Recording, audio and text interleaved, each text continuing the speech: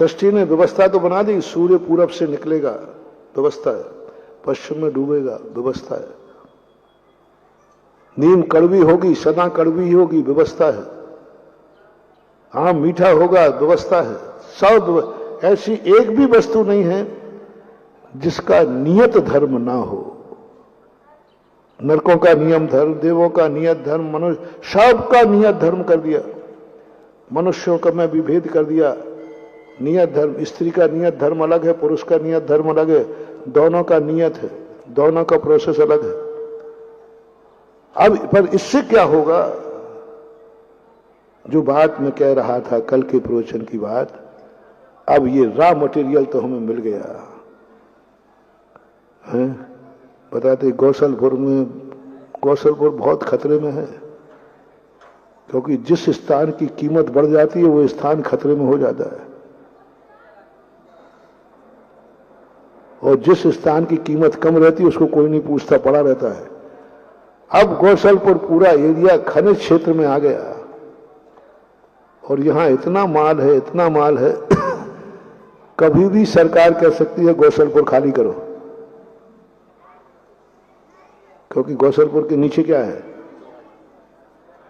और तुम्हें लोग दे देंगे कि तुम्हारा जैसा मकान है उससे डबल मकान में दूसरी जगह दे रहा हूं। लोभ में तो दुनिया चली जाएगी। एक बार मैं बिहार करते करते राजस्थान में उदयपुर के पास में एक राजसमंद करके है, वहां जब 95 में अशोक पाटिल ने एक माइंस ली थी, 400 फुट ऊंचे थे। उन्होंने हमसे कहा था, महाराज जी ऐसी बढ़िया माइंस मिली है कि हमारी 7 पीढ़ी भी खोद खोद के खाएंगे तो भी कमी आने वाली नहीं है। एक शब्द होंगे, 7 पीढ़ी जो उनका प्रोडक्शन रहा होगा, तो उस हिसाब से उन्होंने लगा लिया इतना हम प्रतिदिन निकाल पाते हैं, तो 7 पीढ़ियां तक खोदेंगे तो भी ऐसी माइंस मिली है। अच्छी बात। 5-6 साल बाद में घूमता हुआ बिहार करते करते उसी माइंस के पास से निकल रहा था,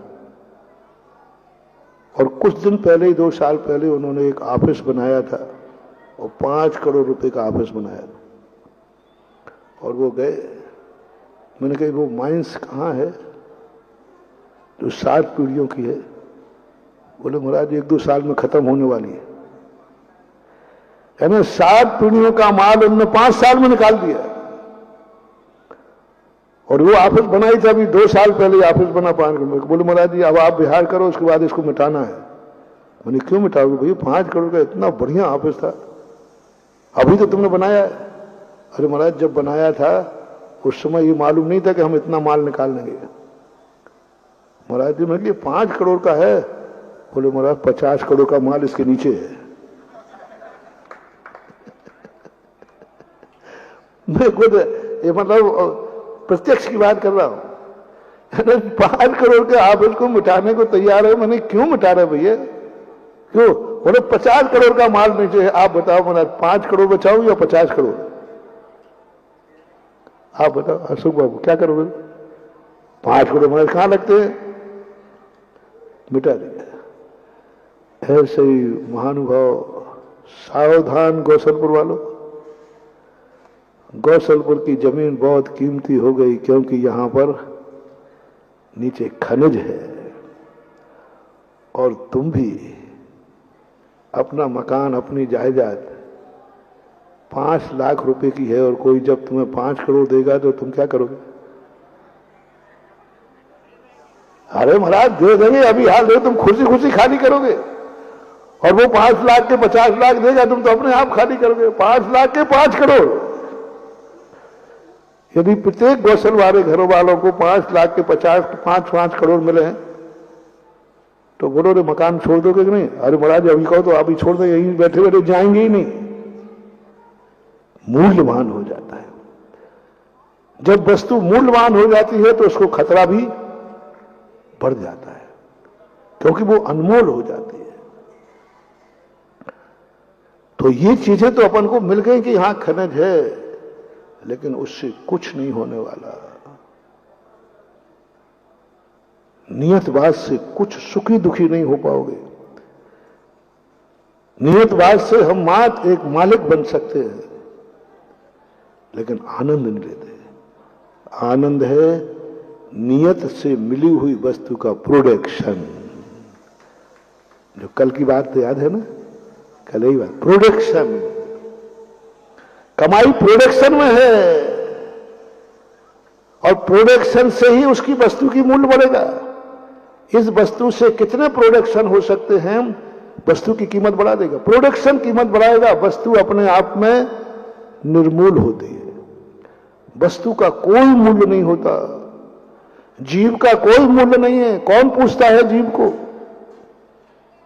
मूल है प्रोडक्शन का। निगोद में अनादि काल से जीव रह रहा, कौन पूछ रहा है? लेकिन उसने थोड़ा सा पुरुषार्थ किया, प्रोडक्शन किया, पुण्य कमाया। नियत नहीं, प्रकृति ने नियत कहा है कि प्रत्येक जीव कहां रहेगा? नियत से, निगोद में। वो हेडक्वार्टर है नियतवाद का। अपन सब वहीं से आए, और सदा से इतने जीव हैं, अनंत काल से निगोद में पड़े हैं, प्रकृति की नियत की गोद में पड़े हैं। वहां तो सबको रहना ही है, चाहे कुछ करो या न करो। निगोद प्रकृति का हेडक्वार्टर है, वहां से। अब वहां से निकलना है तो प्रकृति कहती मैं नहीं निकालूंगा, मेरा स्थान तो निगोद है, मेरी तरफ से तो प्लाटिंग आपकी निगोद में है, मेरी तो जिंदगी तुम्हारी एक श्वास की 18वां भाग है, बस इससे ज्यादा तुम जिंदा नहीं रह सकोगे। एक श्वास में 18 बार जन्म मरण। नियत ने तो ये स्थिति, मारेगी जरूर नियत, जिलाएगी भी, लेकिन उम्र कितनी देगी? एक श्वास में 18 बार जन्मो और 18 बार मरो। ये नियत है, ये कर्म से बांधने की कोई व्यवस्था नहीं।